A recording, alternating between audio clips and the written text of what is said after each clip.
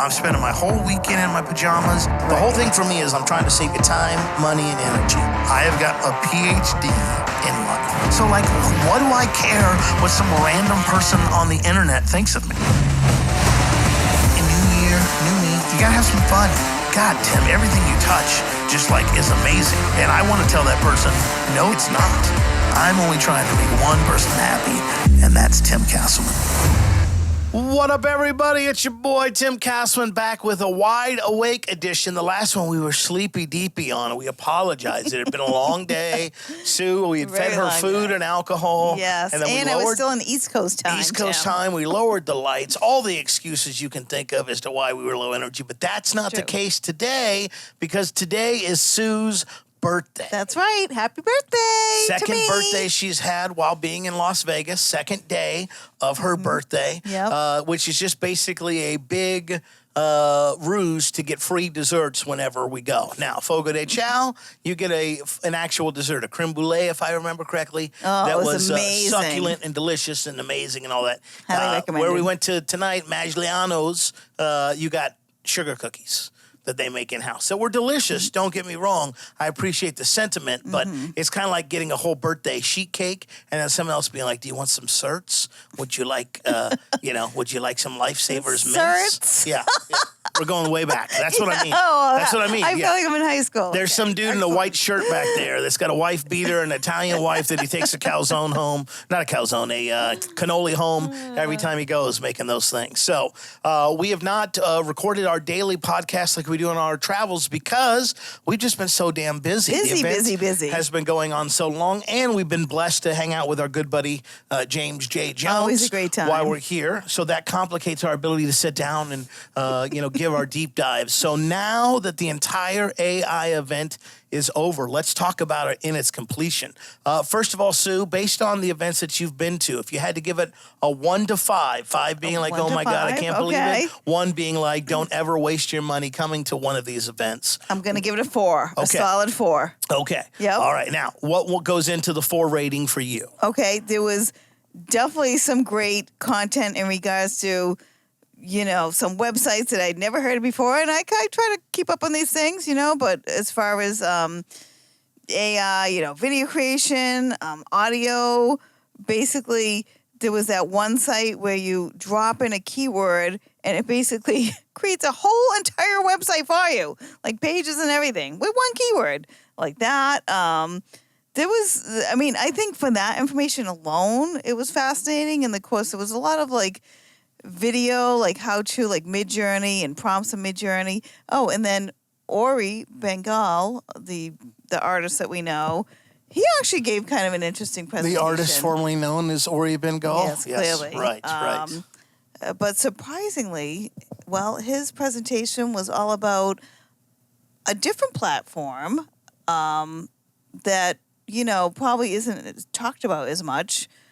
But, again, he's an artist. So it was really interesting to see how he presented that. And that kind of I was like, oh, it was kind of like an aha moment. It was just very good. I mean... and definitely a topic that we have not heard spoke about a lot at events. And definitely what we would say a leading edge topic, meaning that it's front of mind of our customer base and the affiliate base and the marketing side.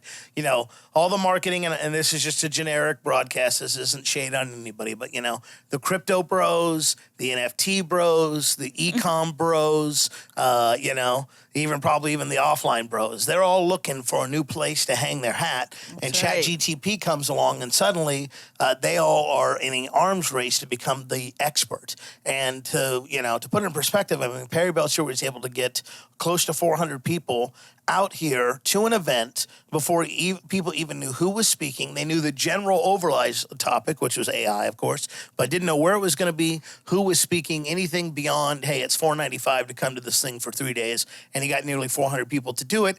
And I would say just an equal amount of number, or a high amount of that number, I should say, to sign up for his next summit, which has been advertised in September. So clearly, people aren't giving their money over freely like that to not to an event that's not producing value. And what I loved about it was that this was all value. There were a few selling things, but those were minor. I would say they were minor. Yeah, I wasn't over it. Right. Sure. And this isn't, this wasn't mindset stuff. This was like, hey, if you want to learn the prompts, here they are. If you want to see the websites, yeah, no here they mindset stuff. Yeah. So it was really, really good. It seemed like in that, and what I appreciate about Perry is that, he understands he's not a full subject matter expert on it yet. So he brought the people out that he thought were. And our subject matter. So we had Kamal Navakant, right? We have Reed Florin came out. Yep. You had Chad Nicey speak. Who was the social media lady? Molly Mahoney. Perry Belcher, Ori Bengal. Let's see, is there anybody else I can think of that might have missed? Reed came out 2 different times. Okay. So he had 2 different things. So, I mean, that might be overall, it. Yep, overall it was amazing. For you, now that you've gone through the whole 3 days and didn't really have a ton of information ahead of time, just like me, on the subject matter, like, what is your thoughts overall? Do you think this is something that is going to be I hate to use cliche terms, but like, do you think this is going to cause a major disruption? Major disruption. Or more, do you believe more in the disruption that AI is going to make than you would, say, cryptocurrency or like NFTs? Yeah, well, NFTs I feel like is just a fad. But AI, I don't think it's going anywhere. I think if anything, it's changing like wildfire. And they even could show that. They were talking about GPT-3, GPT-4, and 5, and just it's learning, and it's just, and they were basically saying like, okay, you either need to get on top of this or you're going to be left behind in some sense. And I totally believe it. You don't feel like that is like marketing hype. No, we're in the sales and marketing industry, so everything's a game changer. Everything's, oh my God. But what we're trying to say, folks, is like, this is a legit thing. Well, and they brought up the point at the very end of the day, they brought up the point that like, it's just not like us in the marketing community that's talking about this. Like, I have friends that they're just talking about it, and I'm kind of like, and I always think to myself, I'm like, how do you even know about this? Because they're not marketers by any sense. Well, when you're doing, mainstream news stories about it, when you're in mainstream media, mainstream print, it's kind of like everyone says, it sort of becomes commonplace. I would imagine that if you were to bring up ChatGTP to your friends, someone there would have an idea about it. Whereas if you're like drop shipping, they'd be like, what the fuck is that? You know? So the fact that it is hitting a mainstream, stream, I guess, of streaming level of consciousness, I think is a big thing for sure. And to me, it doesn't seem to be disputed like the crypto and the NFT stuff was. So there aren't many detractors out there saying, no, this stuff isn't capable of what you're talking about. If anything, they're like, it may not be now, but it will be shortly. Right. Because like you said, I mean, when we started learning about it, it was ChatGTP 3. It just changed to 4, and they're like 5's coming, Yeah, so. they're like, they're like, the 3 dealt with text, the 4 dealt with, I think they were like audio, and supposedly 5 is coming out in December, and that's going to deal with video, and it's just crazy how quickly it's coming along. Now, kids, what you want to do is you want to confirm what I'm about to tell you with your grandparents, because this is how old it will make me sound. But there used to be a time where you didn't have Wi-Fi. You didn't have a router built into your house and plug in or connect to this, Ethernet cable or anything like that. You used to have these things called modems, and you'd have to use your existing phone line and tie it up so no one could call you. There was no call waiting or anything like that. You just got a busy signal. And what happened was they came out to the general public, and they set it off really slow. But it started progressing quicker and quicker and quicker. And I can remember replacing my modem every 3 months because the next fastest version of it had come out that quick. And it quickly got to where we are today. I shouldn't say quickly, but over time it's got to where we are today.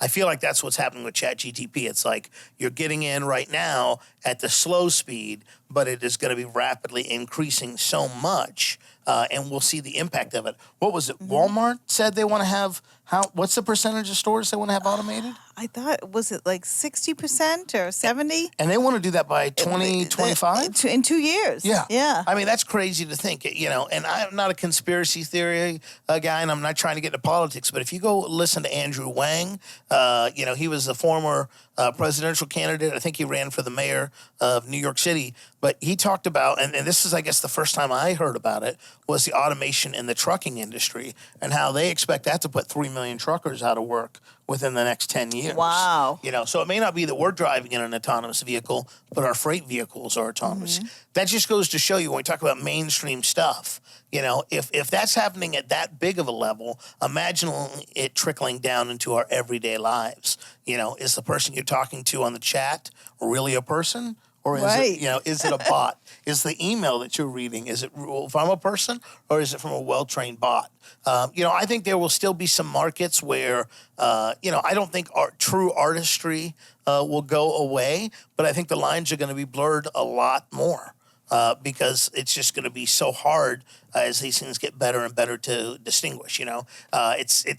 It's funny. I remember. I just keep going back with analogies here, but I remember watching a video years ago where they were showing this robot and he was trying to walk and he fell over and everybody laughed. Oh, right. Everybody was like, ha ha ha. Boston Robotics. Yeah, and now they show these dog-like creatures that you can kick, punt, throw. It will land on its feet and return. And it's like if they're able to do that type of stuff in that short a time frame, and that involves hardware. Imagine what you can do with the World Wide Web, not only for online businesses but for offline businesses as well. Right. So, what was some of your best presentations that you thought, hey, this person or this topic provided a ton of insight? I definitely like Reed Florin. He clearly knows his stuff, and he's done a deep dive into this. And, he was kind of doing an overview of how you can basically tie like these 5 apps together and run a whole, website basically, including like customer service and or apps. It was just amazing, and I mean, he's a real interesting guy to follow, and I notice he'll like post stuff on Facebook and stuff, so I would definitely follow him. Again, the Ori's presentation, even though it was short, was pretty interesting. It really kind of like opened my eyes up to like the art, like what's his name? Chad was saying, Chad Nicely, so he's the kind of like the tech guy, so to speak. He was saying how they have I would think I was mentioning to you how they have this merch section of the business, and he went up to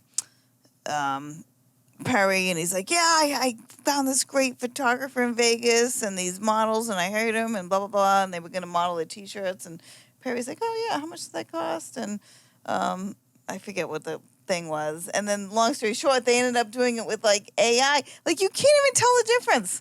It's just they're like these people. They look like real people, but they're not. And they're modeling your merch, and it's like $10 or whatever the cost is. Yeah, I mean they can probably set that up crazy, to have it. Yeah.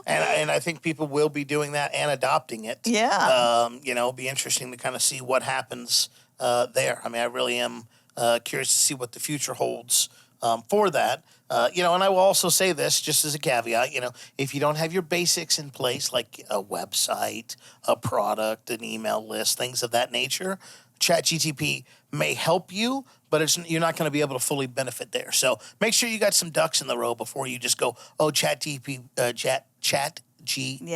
is the savior. Well, yeah. I will also say that Chad did give a very wonderful presentation today about how they hire outsourcers. And he, and I've heard the whole outsource thing, but he kind of brought it to like a different light, which I thought was very interesting. That's great. Overall, thought it was a great event. It was well attended. Mm-hmm. I saw Peng Jun was, and he brought a whole team. He brought 4 people with him, I think. Yeah. In addition to him. So clearly, if guys like that are in the building, I mean, there's a lot of living legends in this building that were just there to learn, and kind of understand where this stuff is going. And again, it was received so well that there's going to be a conference on it in September, and I think Perry's got several other conferences there. But I would highly recommend that if you so desire to attend one of these, that you get a chance to go out and do that. We were blessed to make sure that this one was a pretty low-key sales pitch. So the content to sales pitch ratio wasn't bad at all, and it was actionable, usable content by people that are actually doing that. So we hope that you, the people that took advantage and bought the notes from the AI Summit West, and you went to, and got that at AISummitNotes.com. We appreciate you doing that, and we look forward to you digging into the notes. Now, Sue, I know everyone that's listening either has a copy of the notes or is considering getting a copy of it. So what are some things that you already know, hey, these things are going to kind of be in the finalized notes? Again, for sure, the thing on outsourcing, because again, kind of a quick overview, Chad was like, okay, you only need to know a little bit. Don't feel like you got to know a million things about all this AI stuff. So that was a little bit right there. And they would definitely re-dropped a whole bunch of website URLs. Most of them I had never heard of. And he's like, okay, you want to go here? This will do this for you. You want to go here? This will do this for you. So I thought that was very interesting. AI prompts, I'm sure. The whole stuff. first day was all amazingly different AI prompts. Not just the regular, how to do this, but there was a whole bunch of slides on that. So, yeah, for sure. The great news is there was stuff on how to do writing, through AI, stuff on how to do audio on AI, a little bit, I'm sure. Image-based AI, I'm sure was talked about, and maybe even a little video-based AI. Yes, yeah. In fact, they basically showed you in live action how to create like a video using even if you want your own voice and animate like you. It was kind of wild, but yeah, that was pretty cool. It's just amazing how quickly it's coming along. So. Yeah, I agree, because before it was like only, I thought, text-based. Right. And now it's like, holy crap, and what you're able to see and create with just these prompts is pretty amazing. So we made sure that we sat through every single session, started at 9 a.m. every day, and went every day until 6 p.m., right? Thank you. It was a long day. Yeah, it was long, but it was also great information shared, along with they had kind of what I would refer to as wicked smart, but what does Perry call it? Oh, he called it a moonshot. Moonshot, and basically that's where people shared their best and brightest takeaways from AI, what they're currently using in their business, and we captured that for you guys as well. Every single second of the summit, we saved you not only the travel, we saved you not only the cost of admission, we saved you the cost of going to a terrible meal at Fogo de Chao, having to walk other through, than the creme brulee. Having to walk with our way through a mall to find our place tonight, and everything in between. We saved that all for you, so that all you can do is take the best and the brightest information and apply it. So if you bought the notes, thank you so much. We appreciate you supporting what we do, and that allows us to continue moving forward and, attend more conferences and help you guys out even more. If you're on the fence, go check out our sales letter, AISummitNotes.com. Again, AISummitNotes.com. And I guess we'll see you guys on the next one. Well, hello there, everybody. It's your friendly neighborhood angry old Jewish couple, two angry Jews, here to talk about their trip to Las Vegas. But prior to doing that, let's do a life update, because we have a lot to share, folks. There have been some developments in my life, and there have been some developments in Sue's life. And I will go first. Are we really on? Yeah, we're really on. Yeah. Okay. Yeah, Sue's like, oh my God, are we actually, did you actually record? This is going to be fun. Yes. So I will go first. That way Sue can be thinking about what, if any, she wants to share. But things are going, they're going. How about that? If you were to listen to this podcast, I went and did a ketamine treatment. It was amazing. It was life-changing. I feel the changing effects to it to this day.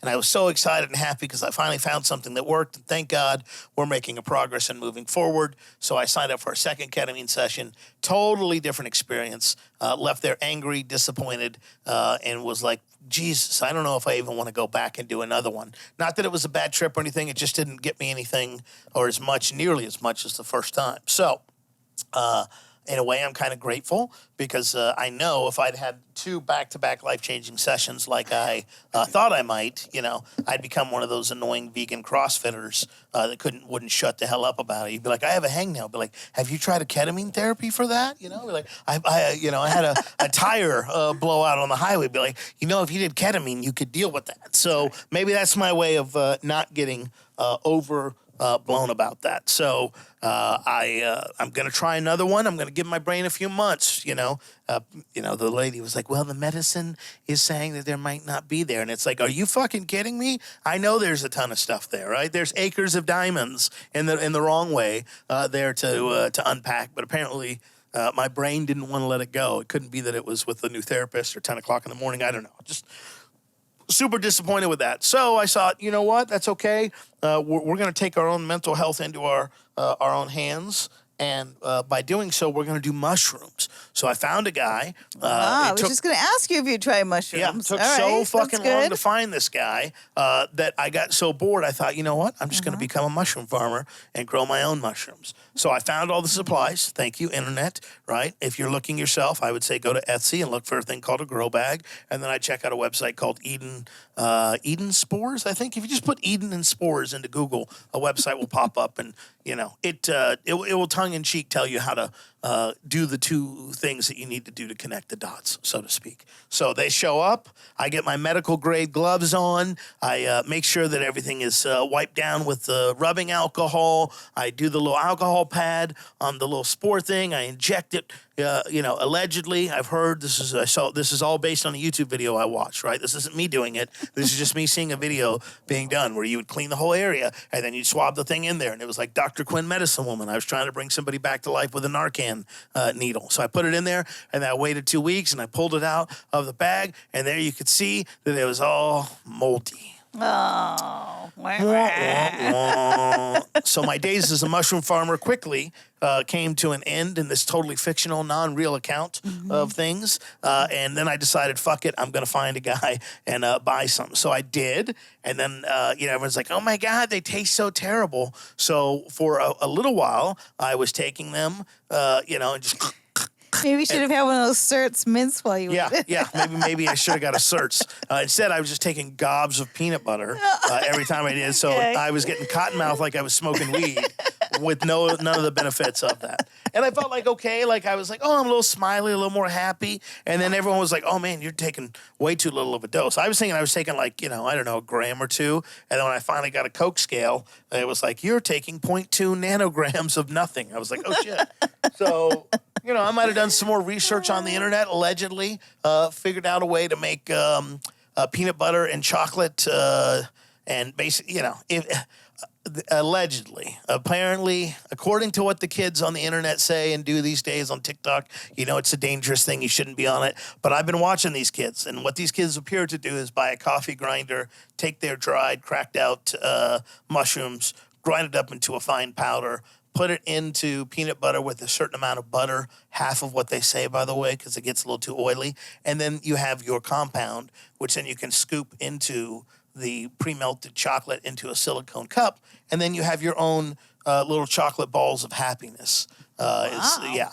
Now, this is, again, all according to the kids on TikTok. I don't know if it works. It's probably illegal. You should talk to someone way fucking smarter than me before you even attempt to do something like that. But I've heard that if you do that and then you start taking those chocolates in large numbers, they could have a profound impact on your mental health.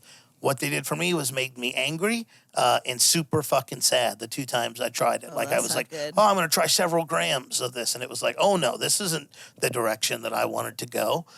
So, of course, I reach out to my spiritual guru, a.k.a. mushroomology lady, and she's like, oh, well, my mushroom guru says it's because you haven't healed yet. You need to heal before you take the medicine. So now I got to talk to some crazy lady out in California. Tim. I'm just like, okay. I'm like, look, I'm just trying to forget my childhood, right? Same thing I told to the Planet 13 lady here in Las Vegas. I was like, I'm trying to forget my childhood. She's like, well, how high do you want to get? I was like, I want to be helped to my room by security and armed personnel because I'm so blazed. She was like, we can help you out there. So, been trying the mushrooms, not working the way I thought they were in this virtual simulation of a world.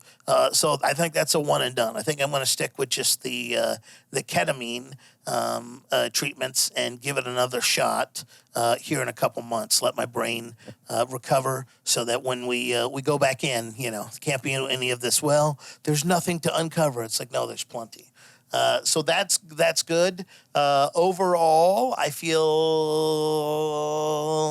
up in the air about everything. And, some days I think we're doing okay. And some days I think we're going to crash to a fiery death and lose everything and, have to move in with my parents and all of this. So we're trying not to do that. We're working very hard not to do that. But when you have to basically hit pause, or I shouldn't say, if I chose to hit pause on my business so that I could work on myself as a person. And when you do that, you feel better as a person. Unfortunately, you come out very, very poor and very, very in need of money and sustenance and focus and direction and hope and, all these things that we're trying to knock the dust off, if you will. It was a good week here for me in Vegas. I got to finish part one of a project that I'm working on. I got to read the remaining part of the book, which had eluded me for quite some time. Turns out if you lock yourself in a hotel room with nothing to do and super slow Wi-Fi, the world's your oyster. So I got that done. And then I'm working on a photo project because, how do I say this not gracefully? There is a photographer that's in Lubbock. She does amazing work. She does some Facebook ads targeting the same bands that, I've shot before and bands that are coming to Blue Light. And I asked her if she'd be willing to or interested in, for pay, of course, creating a little Facebook guide on how she does her ads. And she said, nope, I don't want to do that because we're competitors and we're in the same career field. And, I took a class to learn this, but you could go learn it off of YouTube type thing. And it's like, I totally get and understand that, but what I was most hurt and upset about was the fact that she thought I was a photographer for a living. Because it's like, I can't afford that type of pay cut to be a photographer. Like, I don't, honestly, I don't think there is a photographer on the concert side that's making six figures a year. I don't even know if they're making 70. Yeah. I mean, if they're making $75,000, there's probably statues erected to them. So I decided to take that personally and use it as motivation to get some work done. So got some exciting stuff in progress there, and hopefully we'll go scorched earth and rule the world, and every band will want to come work with me and no other photographers, and then I can say nana, nana, boo-boo at the end of it. It's really not going to get that serious. But I am working on some fun stuff there to buy me more camera gear that I don't need, but I want. Got some upcoming travel for work and upcoming travel for play coming up, which we'll talk about in a future podcast. And then, we think life is going well. Life is going well. I don't want to say it's not. Things are progressing nicely. Feels like we're letting sleeping dogs lie. Old. I don't know. We just felt like shit was going good, and then a blast from the past. Oh, yeah. Do tell, Tim. We never talked about this. From the past. Sue hasn't even heard about this. No, I want to hear. I want to hear all about it. Now, way back in January of last year, when Timmy was a really shy boy, we did a podcast about a friend, a lady friend of mine, that I had simped over real hard, developed some real feelings for, and had my heart, virtually broken because I'm a sensitive man a few times. That culminated with another podcast that we did at the beginning of 2023. So now we're 2 years into a podcast about it where this person needed some help, and I was really on the fence about if I was going to do so or not. And ultimately, upon our arrival back from Cuba, the first thing that I did, which should tell anyone the importance that this person in my mind had, was make sure to send them some money to kind of help get them through a rough patch because there was a light at the end of the tunnel and they just needed a little more rope to get there, right? So we do that. And then it turns out that light in the tunnel is connected to a train that just runs this person over because they thought they were going to get back a baller tax return. And it turns out $30 is not exactly the biggest tax return ever. So then, I'm trying to even remember. Basically, we start getting the hints again that things are tough. We're unsure about what we want to do. We're not very happy with life back home. We're looking to make a change. And I make what I think to be a very generous offer. And I say, look, I got a guest room that's got a lock on it because you're a lady, so you can have your own space, have your own bedroom, have your own shower and bathroom and all that stuff, and you can come live with me rent free, no expectations, no you spend one night in my bed and I spend one night, nothing like that. Just like generally like, hey, I want to help you, and if you want to, pack your shit and get up to Lubbock, and that doesn't happen. It's like, oh, no, I talked to my family. They don't think it's a good idea. And then I kind of get hit up for the money again. And I'm at a crossroads because it's like on one hand, I really want to help. But on the other hand, we're kind of not getting out of harm's way. We're just kind of doing the same thing over and over again. And it's like, well, I can't keep putting 25 cents into the machine if you keep, getting murdered the same way, game after game after game. Terrible analogy. I think you know what I meant, though.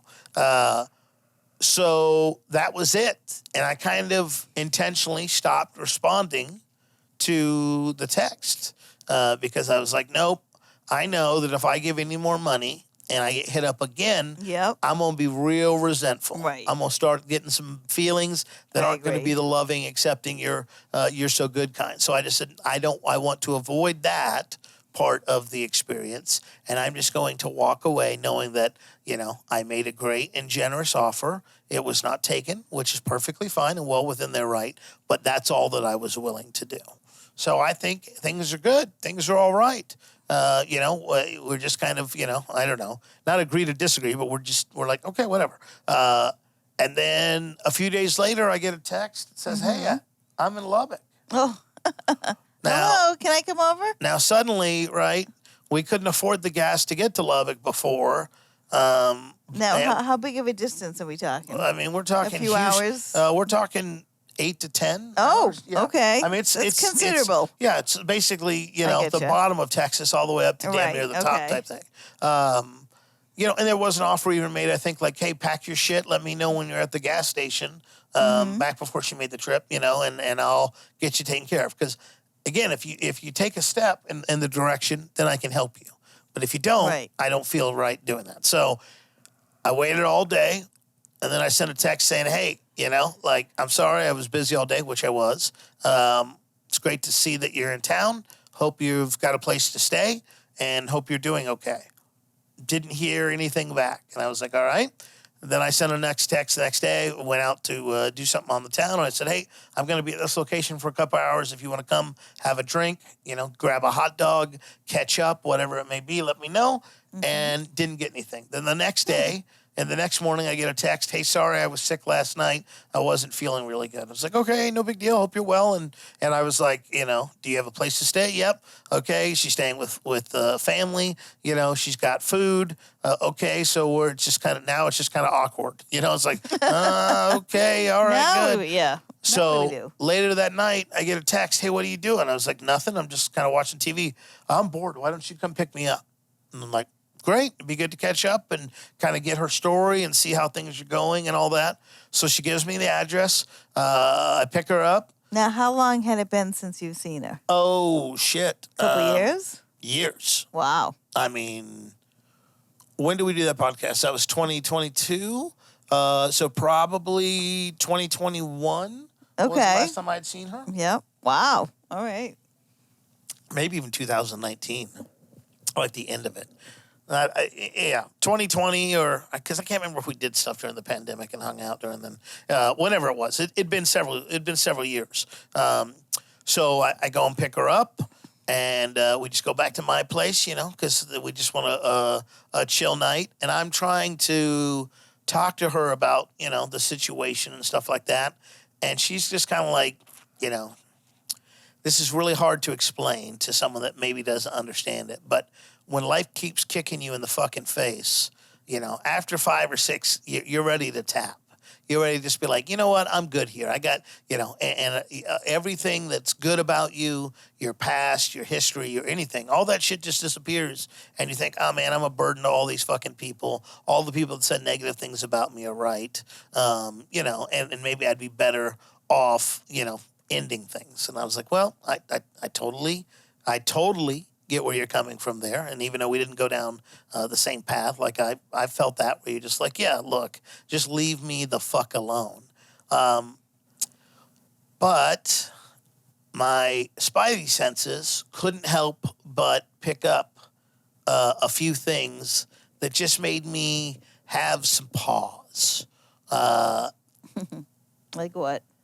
Like, I'm staying with family, yet it just seemed very. It's like, yeah, I'm staying with family. I'm only here for a little while, and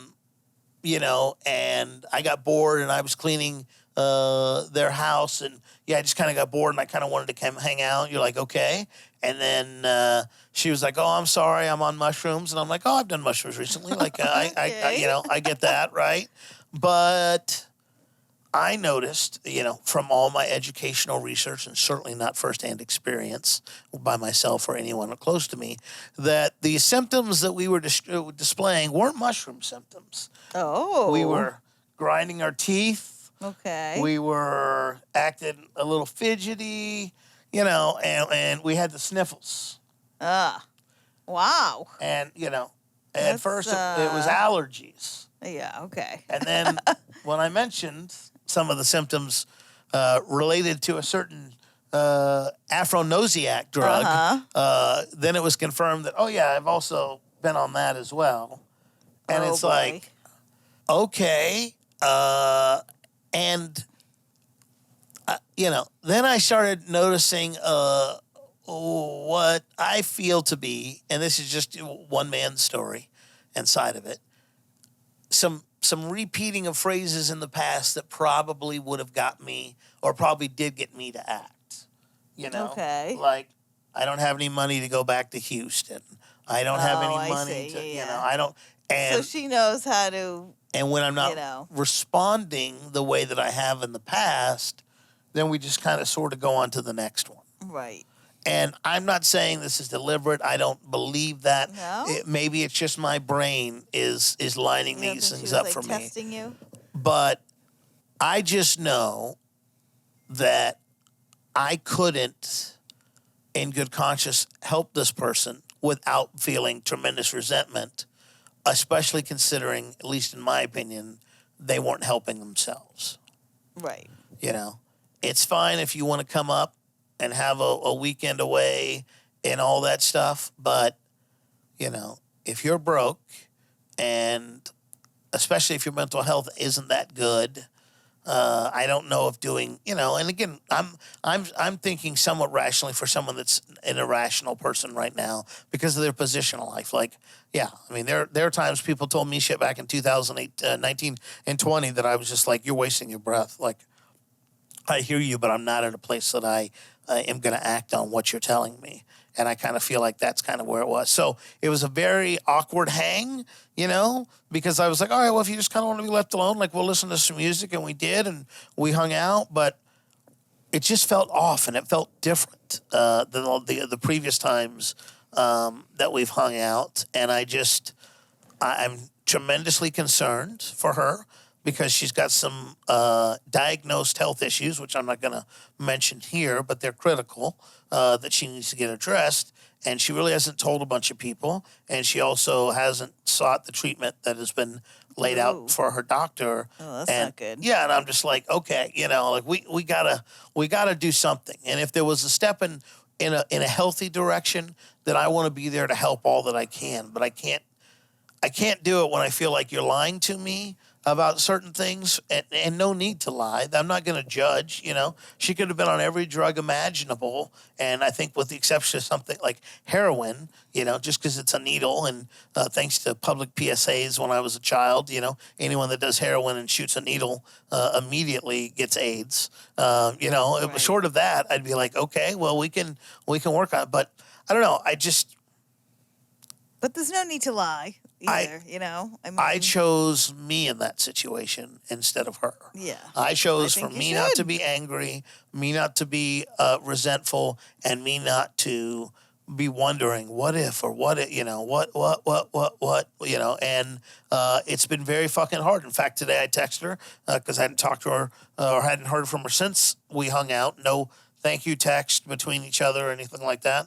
And I was like, hey, did you leave to head back to begin your treatment stuff that you needed to? And it's like, nope, I haven't. And it's like, oh, fuck.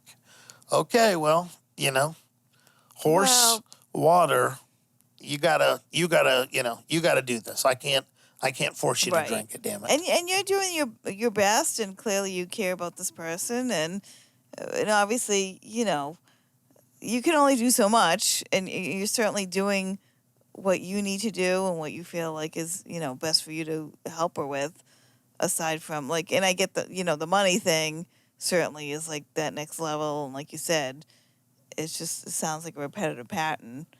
Right, and I'd be afraid that the money isn't going to pay a bill like it needs to. I'm not saying that the need isn't there, but that we're looking at fixing today's problems today. Yeah, instead like of putting tomorrow's. a Band-Aid on it. Yeah, and, yeah, exactly. Yeah. So this whole adulting shit is kind of bullshit. So it's way more, big people skills and biting your tongue. That's why I was blowing those bubbles the other day. Turning the other cheeks. And, yeah, adulting sucks. It's just like, what the fuck, man? So, yeah, so done that. And that was that was the night before, a few days before I came out here, I should say. So, yeah. Well, I mean, I am glad that you, like you said, I don't know how to put it, but I mean, you just kind of took care of yourself first, because I know that, the situation's been hurtful in the past, and, I certainly don't want, I wouldn't want it to be like the kind of thing where, it's like a fine line, but you're putting yourself out and you're helping her because you're a helpful person. That's just generally the kind of person you are. But then after that, people don't appreciate the help you give them, Right. or just, it shouldn't be hurtful to you to help somebody. Right. And then also, can you live with the downside? It's like, well, what happens if I give this money and it disappears up their nose? Well, but the struggle remains, and then they're just going to hit you. It's like, hey, I'm going to go out and make a bad decision because I know that you're going to be there to back me when I do, you know? And it's just like, oh, I can't get in that position. And two, I don't want anyone to think that that's okay to do to someone, intentionally or otherwise. So just for me, it's been very tough. Now, if I got a text that, hey, I'm back in Houston and I've begun the treatment I need to, then we can have a totally different conversation, but right now I just feel like I've got to be, and it feels very fucking selfish to just worry about what I need, but I just kind of have to do that because... Yeah, but you don't look at it as selfish to you. I mean, I think, like I said, there's a fine line, and you gotta kind of put yourself forth in certain situations, and I think this is one of them, because it definitely sounds like it's kind of repetitive based on what you've been telling me anyway. If you did this one thing and helped out this one way, it's going to keep happening. Unless, like you said, this big change happens, but it kind of doesn't sound like that's happening at the moment anyway. Yeah. It definitely, I don't think it's happening in the moment. And, it just, it fucking sucks. But it's also one of those things that, I spend most of my nights awake, worried that we're not making enough money. We're not moving fast enough. We're going to get caught up on the tidal wave of life, and I'm going to lose everything. And it's like, I can't give of myself if I keep doing that, there'll be nothing left for me to give. Right. And that's tough, I would love to get back to the point, and I'm working on it. I don't know when it's going to happen. Hopefully it will happen, where we're making so much money a month that I could do something frivolously, or give the money without care and concern that it's going to a good cause. But it's like, I can't, I need to be out of the danger zone before I can start helping other people. And that's really just tough for me because I don't like to see people suffer. I like to believe in the good in people and take people at their word. Unless life shows me otherwise, or shows me a reason why. So, So other than that, Sue, my dad, not my biological dad that I went and saw up in Oregon, but my stepdad came into town for like 8 hours to pick up a dog for my mom. He literally came in, spent the night, slept, got up, got the dog, and got right back on the road. So it's like, all right, well, family visit for 2023 complete. Check mark. There we go. But did they get a new dog? Yes, they did. It's a long story. My mom, okay. she wanted a dog. She got the dog. Jake and his family came to town. That was great to have them all in the house. And the kids are getting so big. And baseball, softball is their life, all their life. It's amazing what they're doing with it and the level of detail involved and all that crazy stuff. So it was good to see them and hang out, and look forward to seeing them again here in a couple months when we go on a little trip together. And I feel like. Are you going to go to Mexico? Yeah, we're going to go do that boots on the beach thing. That'll be one fun. last time. Yeah. And I think that'll be fun. But after this time, I'm going to be like, hey, why don't we plan our own trip? We'll have more fun and be able to stay longer and cost less money. But we'll see. But just don't go anywhere near where those people were. No, mistaken. we're keeping ourselves 100% in tourist mode, and I'm not even going to touch the sun or see the sun before we go, so that I'll be cracker toast white, so they won't think I'm a Haitian drug lord any way or form for sure. You don't want that happening. Yeah. So that's just a little bit about me, Sue. That was amazing, Tim. Thank you for that update, and I was like I said, I was very curious, and I'm sad that it didn't quite live up to your expectations there with the blast from the past. But that's not to say that the future does not hold.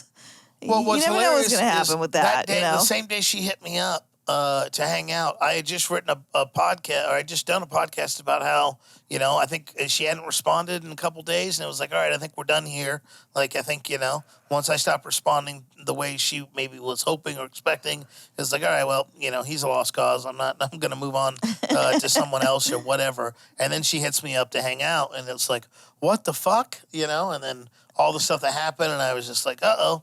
Like, this isn't good. Yeah. Why do people do that? I don't know. It's just... there's tremendous amount of shame around... When you feel like you're a worthless piece of shit and no one loves you and you have no self-worth and value to others or yourself, like, there's a lot of shame. You don't want to just, like, put that on Front Street and be like, hey, guys, this, that, or the other thing. So, I feel for her. I hope that she gets whatever help it is that she needs. And absolutely. Once she does, then, I'd be more comfortable stepping in and helping. But for right now, I just kind of have to say, not so much. Well, and like you said, you've brought up a good point by that, somebody has to, first want to help themselves, I feel like. If they're not putting any of that effort in. Yeah, I agree. Then that's very hard. But well, let me ask you this, not to change the subject, but talk about anything. In the last couple of days, talking to James and also going through that book that I'm looking at right now, did any of that stuff spark any ideas for you? Well, the issue is, like, we already have a ton of things that we're working on. Mm-hmm. So what I'm doing this year, right or wrong, I feel like, is I'm going much slower with implementation of ideas. I get you. Meaning, we do the Underground Marketing Guild together. Mm-hmm. This is the fourth month that we've done it, and we're just now getting to a point where we have a little breathing room where it's not month to month, but there's so much more to do with that, emails and getting more customers and all of these other things. So I don't want to add too much onto that. True. to overwhelm us. I'm a little underwhelmed by speed or the speed of that we're going, but I also think, we talk about this with other entrepreneurs we know. Entrepreneurs are like, this is what I want, and I want to do it like this tomorrow. And I think we realistically should step back and go, hey, it's going to take like 7 to 14 days to do this. I've got my buddy Chase, he's got a million ideas, and he'll bring me 5 at a time. And I'm like, stop doing this. Like, pick one of these and go all in and do it right versus trying to do 5 different things at once. So I'm excited for what we're already doing. And I think once we do those things, other opportunities will prevail, I think the future is bright. It's just a matter of getting more money coming in, getting more leads coming in, making sure that everyone feels compensated correctly, among us all, making sure that we're all working towards a common goal and a common path. But it's hard to get us all to row in one direction when everybody is, not on the company payroll. Right. And it's like, okay, yep, you're an outsourcer, but I want you to feel like you're an employee, and we're working towards this common goal. And it's like, again, guys, I would love to, keep it as simple as, look, you give me 20 grand a month profit, I have no concerns. We can figure everything out from there. So that's the part that it's just like, how do we keep pushing for more? Again, making sure everyone's taken care of and we're happy with it, but that the product is done well, that the delivery, all of those pieces. So, I mean, you're probably only talking about like a couple of people, right? Yeah. And they're the same people that we know and work with now, So but again, it's like, it's hard, imagine, I don't know, you're the dude at McDonald's, right? And the franchise owner comes in and he talks to the fry cook and he's like, look, man, if I can make 20 grand a month, that I have no more problems. And the fry cook's like, yeah, but I still got all my fucking problems. And, oh, by the way, I'm the one making the fries, and my life sucks and I've got all this. So it's just, this is one of the reasons that I don't have employees, is because I don't want to feel responsible for that, but it's also tough to get those people to feel responsible for the other part. Right. It's like, our copywriter is amazing, super talented. I have no complaints, but if the product does good, they get paid. If the product does bad, they get paid. Yeah. It doesn't matter, Same thing with, I'm happy with everybody we work with. So it's just trying to figure out how to navigate that, because, what do I do? Put everybody on salary? Well, now I've got a monthly nut that I have to fucking hit, And again, everyone gets paid whether we hit that or not. Right. And then, but sometimes, yet, and they're doing their job to your satisfaction. Of course, right. Okay, right. Yeah. It's not that I don't think we don't have the people. It's just, so yeah, I just, like I say, it's the benefit of not having people on the payroll is that you don't have as high of a monthly overhead. You don't have to stress as much about that stuff. The downside is maybe it's a little hard to get people on board to bring ideas or to ask about business or, how things are overall. It's like, oh, I see. Okay. It's like no one's asking me, hey, what are we doing a month in business and how can we get more? I'm the one that's always coming and saying, well, let's do this and do that. And there's nothing wrong with that per se, but I think once someone's an employee or invested or whatever it may be, they're more willing to come up and go, hey, I noticed this, I see this, or things of that nature. I don't know. Yeah, no, that's a good point. So that's me, Sue. What other questions do you have? Wow, geez, I can't top that, man. I know, I said it was me, but what other questions or any questions or anything like that? Or are you ready to share what's been going on with you? Yeah, should we talk about, okay. We'll talk about whatever you want. Yeah. All right, let's see. Well, I could either talk about my redneck boyfriend. Oh, yeah, let's talk about, we can talk about your redneck boyfriend, your prison pal boyfriend. My prison boyfriend? Yeah. I think the prison boyfriend is much more interesting at this point. Yes. So, all right, we'll talk about prison boyfriend. That's funny. We got to give him a different name. But, all right. So many years ago, I met this guy on the most popular dating platform of all, a.k.a. Craigslist. And sure enough, we met in person. Seemed like a great guy, he was very well entrepreneur, probably never worked for a company in his life. Long story short, we, went out a few times, very, very nice, had a great time, gentleman, all that kind of thing. And then he decided, it's not going to work out because he travels a lot and he needed somebody who could, had a lot of free time kind of a thing that could travel, and that just wasn't me at the time. And that was all good. We parted ways. It was fine. So that was quite some time ago. And then, I would get the Merry Christmas text message from him, over the years, and that was fine. So I reached out to him, I guess maybe a couple of weeks ago, and, I was like, hey, how you doing? I don't know if you remember me, but I had driven by his house, a couple of times because I was down that area, and I was like, hey, maybe next time I'm down there, you want to grab a cup of coffee, something like that. So I didn't hear from him, which I thought was kind of odd because, over the years, again, text messages, we would communicate. So I was like, well, that's kind of odd. And then, of course, I'm like, maybe COVID got to him. Maybe he, maybe it was one of those COVID casualties. What do I know? So I went to my good old trusted friend Google, and I Googled his name, and lo and behold. Now, hold on before you say. Okay. Listeners, what are you thinking right now? You thinking he's a COVID cowboy and got taken away? Do you think she finds the secret family? Do you think that he was part of that FTX scandal and fled the country with Sam Bankman-Fried? Think right now in your brain what it is. Sue, the actual answer is? The actual answer was he got arrested.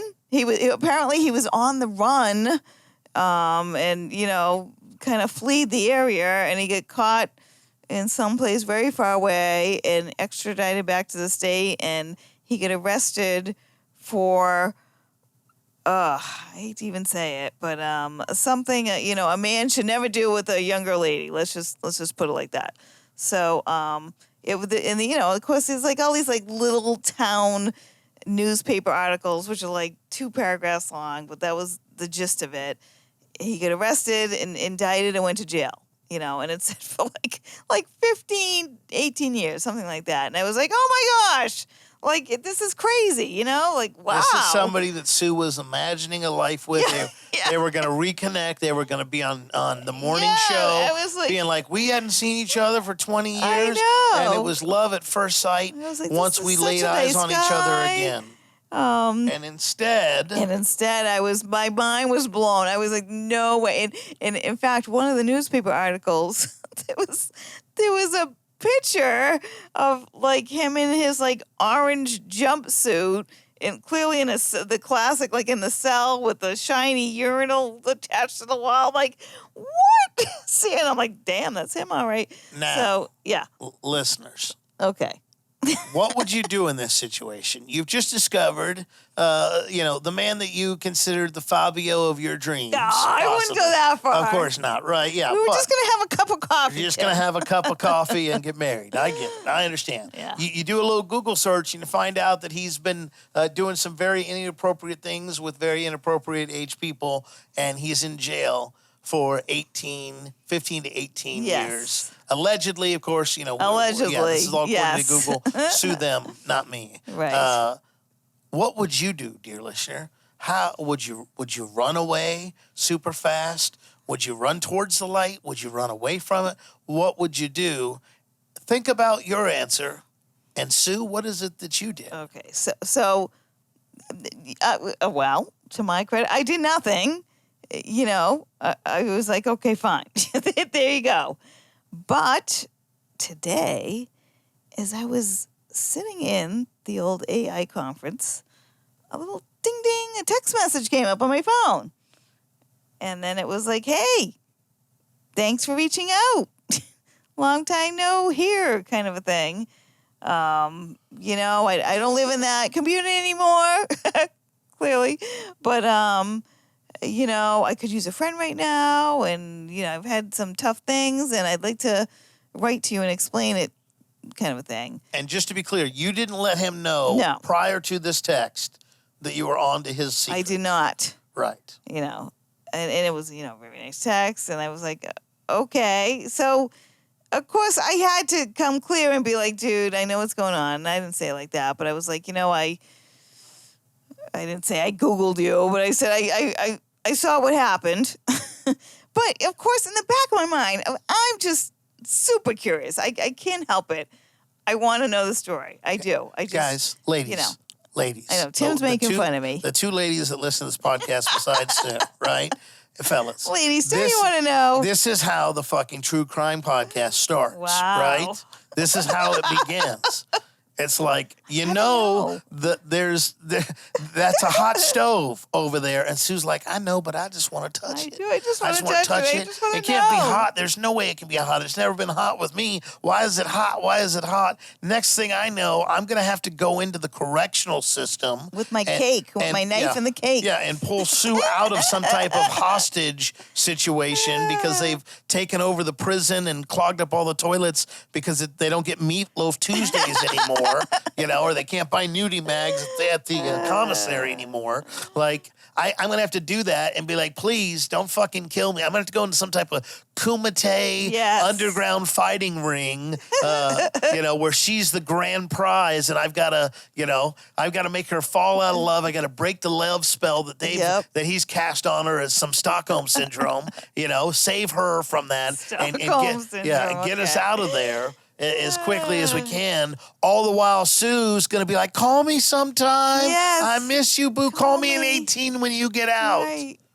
Oh. Jesus. Yeah, he even asked for her phone number, ladies and gentlemen, so that he could put her on the call list. And Sue was like, what's that? I'm like, that's where he's going to call you collect for $22 a minute. And you're going to sit there and hear about the tale of his woes and how it wasn't him. And despite, you know, cell phone, outdoor video cam footage, DNA, character statements, I don't know, thermal imaging, and some type of sonic, burst that occurred at the same time. Despite all that happening at the exact time and the exact location this crime was going on, it wasn't him.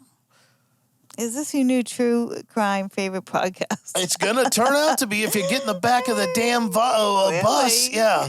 When Jeffrey Dahmer comes up. I don't have much excitement in my life other than hanging out with you and coming to these conferences. Well, let's find you. I need a little fun. Let's go between me and Jeffrey Dahmer. Let's find a middle or I gotta do pickleball or something. Yeah, you know what? Take up fucking pickleball. I'll buy you a racket. Because I don't think if you went to a therapist or anybody and you said, listen, my life lacks a little excitement. I get out a couple times a year with Tim, and we have our fun. But there is this convicted in jail who's spending 18 years, but he'd like to contact me, and who knows what. I mean, all I can imagine is I'm going to wake up one day to breaking news on CNN, and I'm going to have you two in photos talking about how you guys escaped. We could be like a Bonnie and Clyde. Yeah, exactly. You'll be Thelma and Louise, and we all know how that movie ended. That's true. Yeah. Well, boo. There goes my excitement. No, please keep going. The podcast listeners want to know, this guy can't hurt you technically for another 15 years. Well, see, that's the thing. That's like we were just saying. But that's the other thing is I don't know if you really want to play with a man's emotions. No, never. No. With these terrible things that he's done. No, he said I could use a friend. He didn't say I could use a girlfriend. Yeah. How much could we, he's in jail. I mean, what could you do? My God. You're going to learn about conjugal visits. It's going to be over. It's going to be over. Y'all pray for Sue and her. Pray for me, people. Yeah. Listen, we're at the AI Summit. It may not be a bad idea to put your photo in the AI bank so that when we need to do a missing poster, it'll have the most current, up-to-date imaging for you. Maybe I could have AI just write my text to him from now on. Oh, my goodness. Wow. He could have an AI girlfriend, and he would think it's me. He wouldn't even know because AI is so great now. You're going to break this man's heart after 2 years of virtual dating, and then he's going to have 13 years to stew and plan his revenge. I know. Oh, man. It's crazy. So, besides your Rescue 911 love case here, prison pen pals who get married, what else has been going on? What else has been going on? Well, I got that potential lawsuit going with my brother. That's very exciting. Yeah, Sue has had a hell of a year. It's been a hell of a year, people. This has been the craziest year ever, But me, always thinking positive. The universe has my back, Tim, just like you. Yes, yes. I really don't want to hire a lawyer at $500 an hour, but hey, what else can I'm not a lawyer, so I think there's some things you just gotta hand off to the professionals. Of course, I've got my cap now. I'm like, okay, once you get to that $3,000 retainer, let's just nip it in the bud. I might be setting up a GoFundMe though, so more on that. If it comes to fruition, but we'll see. Hopefully it doesn't. Yeah, come hopefully to that. maybe a nice little threatening letter, and then I'll be $250,000 richer. As I should be. Which will be just in time. Yes. For when your prison boyfriend comes out. That's right. Yeah. Yes. And you're going to be like one of those guys who the gigolo comes and befriends and loves on and hey, let me help you, let me do all this, and then be so it's like, good. oh baby, I'll deposit that check for you. Just give me your checking account information. And then, later that day you go to get some money out of the ATM and it's declined. That's right. Because you're overdrawn. And then it just goes, that's and then just I'll how be it coming goes to you south. for money. Yeah, well, I fucking, want that room with the lock on the door. Yeah. As I said that out loud, I thought, you know what? Maybe that's not the most appealing way to. Hey, I've got a room that has a lock on it. They're like, oh shit, are you gonna keep me locked in there? Like I thought I was not in jail anymore. Like I thought I was gonna be able to move. Sounds like a good deal to me. I'm like, damn, sign me up for that. But you have your own bathroom. Be like, okay, thank you, creepy man, thank you. Thank you very much. Yeah. Well, when he takes you for everything and you're forced to move out of your house, I do have a spare room. Thank you. With a lock. I appreciate that. And your very own bathroom. And you get those cute puppies. And so the cute there's puppies. that. Yes. Because of them, I'm having to get a whole new fence because apparently the two small ones are acting as wood chippers. And just, you should see these big posts that are just gnawed down to just like pencil thin. And I'm just like, good God, guys. Like, I know teething is bad, but what the hell? So, wow. Fun times. Fun times with that. Never In all a dull seriousness, moment here. I hope that, that, you find out his side of the story and you do what, you need to with that information. And hopefully. I'm so curious. That's the thing. Well, I feel like, okay, even if we just write letters back, whatever, write letters. Yeah, I mean, I don't know. I can't help it. I'm so curious. Tell each other life secrets, like your PIN numbers and social security numbers and things of that nature. I think it makes for a great podcast material. Yeah, listen, I don't want the podcast fame well, let me tell you about my friend Sue. She always lit up a room. She knew the difference between Pinot Grigio and Chardonnay, right? Sure. So, don't get the Pinot Grigio. The two Jew travel team took over Vegas and we're getting ready to go back home. Do we start off with some good things? Like, I've never stayed at Treasure Island. Not that bad. Yeah, I have to say. Not that bad. Not the Venetian and Palazzo. Give it a 7. Yeah. There's no coffee maker in the room. Nope. Yeah, no coffee maker for sure. And no robes. I don't no understand. Robes, yeah, boo. Where's the lack of dignity? What happened to America? There used to be a man could wear a robe. That's right. And record a podcast anywhere in America. And now apparently you just got to go to the super fancy dancy hotels. So that was good. What was the place that we ate like practically every meal at? The Grand Lux? The Grand Lux. Yeah, if you're looking for a good food, but not going to break the bank, the Grand Lux. If you walk in there and go, this looks like a Cheesecake Factory, it's because the guy who designed the Cheesecake Factory designed the Grand Lux. They don't have the 1900-page menu like the Cheesecake Factory, but everything in there was delicious. Very good. For Vegas, reasonably priced. Yes, I agree. Yeah, I think we were probably there like 4 meals. Because James and I went there every day at least for lunch, once, and yep. So it was good. Fogo de Chao. was disappointing. Yeah, boo. We loved it the last time, not the location that we normally go to, this one. Yeah, it was disappointing. Service was a little slow, big on the upsells multiple times before they even give you a chance to, eat the meal that you've already agreed to pay for. The food was kind of bland tasting, and then not as big of a selection, which again, I understand. It's high food costs right now, labor issues, et cetera, but when you're paying the type of money that they're asking for, you kind of want good service, good quality food. And the fact that we thought the ribeye tonight was much better than that. So much better. Yeah, was that. So, I mean, that's kind of, and then we went to Maggiano's tonight. It was good. Did not like the fact that it was in a mall, but we didn't know about that there. Our buddy James, I love you to death, but he has an anti-Uber. I think he got left one time by an Uber or couldn't get one, and he's never forgiven them. So everything to him is taxi, taxi, taxi. And tonight was a perfect example of why I hate taxis. We had to wait in a line, which it's like, oh, I'm sorry. Am I a commoner again? I thought that, we were VIPs at this. So we had to wait in line. Now it's only like 5 minutes. Not a big deal, but it's cold as shit. And I don't want to wait in a fucking line. I want to walk out. Well, I want to pretend like I'm a superstar. And I want to walk out when my car has arrived, right? So then we get in the cab and we tell the guy where we want to go. It's like a block away. So is he happy that he gets to pick us up? Fuck no. Because he's probably waited a long time to get that fare. And we're going approximately 12 seconds away. So then we're like, yeah, hey, we want to go to this restaurant. He's like, great. He drops us off in the middle of the fucking mall instead of on one of the sides. Yeah, we're like, where's the restaurant? And he goes, oh, it's in there. It's in there. Yeah. It's in the mall. That was very rude. Well, thank you, sir. I appreciate you narrowing down to one of the 400 fucking stores. Yeah, the mall was huge. Yeah. So, we went there. Our waitress was amazing. She was great. Yeah, she was fantastic. And, I mean, if I was staying here a few more days longer, her birthday's coming up on Sunday. Yeah. It's the Lord's Day. 30th. Wouldn't be the only thing that rose that day. Hey-oh! That's what I'm saying.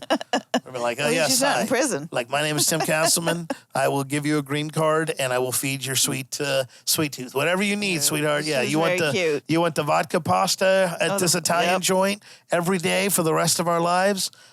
Bon appetit. Yeah. So we had a great meal. It's always great to hang with James. It's been so long. I think the last time I hung out with him was when I hung out when we did. Yeah. Yep. And that was Carolina? so long ago. God, that seems like forever. Yeah. When we did that Amazon thing he was doing with the books. We looked at that and I was like, there's math involved. I can't do that. I'm sorry. Sorry, my brain will not allow me to currently focus on mathematical equations like 2 + 2. Let's see here. What else? Other than that, this is the quickest trip that we did. We definitely need to add a bonus day just so we can have some time in the city. Because everyone's like, oh, it's so awesome you guys get to travel. It's like, yes, we saw the inside of a conference room and an inside of a hotel room for probably 22 out of the 24 hours of every day, which is fine. But that's why it's always good to have a day at the end where you can kind of relax and take it easy. We didn't get to do that this time. We'll fix that going forward. But I don't know. That's kind of my big review of Vegas. The other stuff we talked about in the previous podcast. You know what we didn't talk about? Damn it. What we need to finish up with this is our damn escape room. Oh, the escape room, that's right. We didn't even talk about that. James was nice enough to book us at an escape room. I had never done an escape room before. Yeah, I haven't either. And this was a top-notch, really awesome one that was basically out in the middle of the town, and you go to it. James has bought, I think, 8 tickets for it. Only 3 people, me, him, and Sue, popped up for it, which is fine. And we went and did it. And we got our asses handed to us. Yeah. I think I thought it was very hard. I thought they could have gave us another hour, and we easily still would have been stuck. Yeah, in there. It was tricky, and one would think, when you buy 8 tickets and you have 3 people only show up at a place that's not busy, that you could, extend the time. because you've doubled the ticket purchases. Apparently not. But I don't think it would have helped us. It probably wouldn't have helped us at all. We would still be like fumbling around. But, it was fun, and it was, I think it was well done, and I kept thinking. My favorite part was they give you this button, and they go, just hit this anytime you need a clue. Oh, for the hint. You can get unlimited clues. It doesn't matter. And then what they do is they basically, when you do that, there's cameras in the room, so they get to kind of see where you're at. Yeah, they clearly watched us the whole time. They were probably like, these people don't know And then they give you the hint. And there's one part we were stuck on. We must have hit the damn clue button 4 times in a row in less than 10 minutes. And I'm surprised they didn't just go, the code is 64392 on that.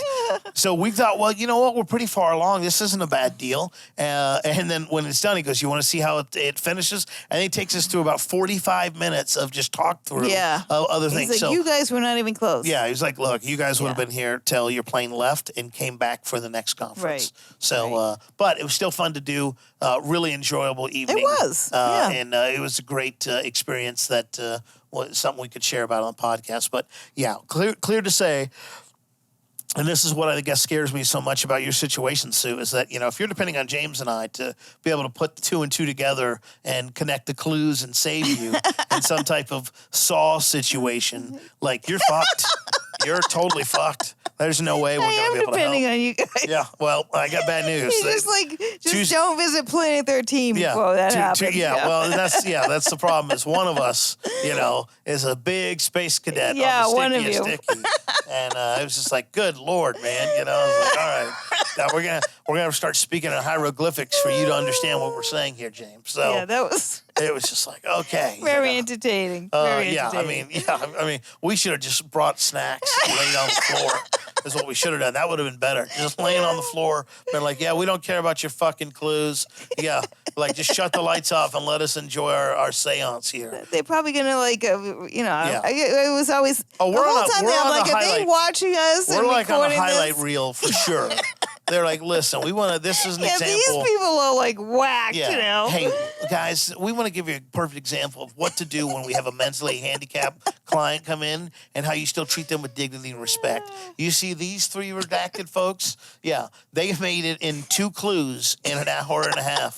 And we didn't even shut the door on them. That's how stupid they were. We didn't even shut the door on them. They could have walked out at any time. And it was like, nope, can't do that. Yeah, Thank you very much. Very entertaining. I'm sure we made their night. Oh, clearly. yeah. But I mean, if they wanted to make $1 million, they would have charged you $1 per clue, and we'd have had to pay thousands just to get out of that place.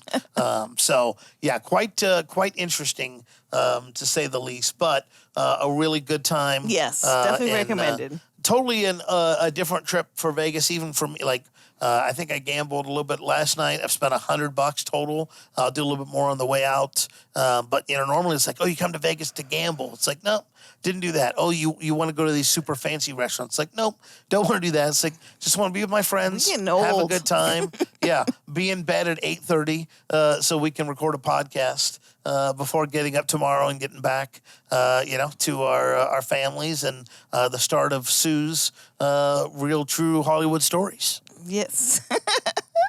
We appreciate you guys being along for the listen.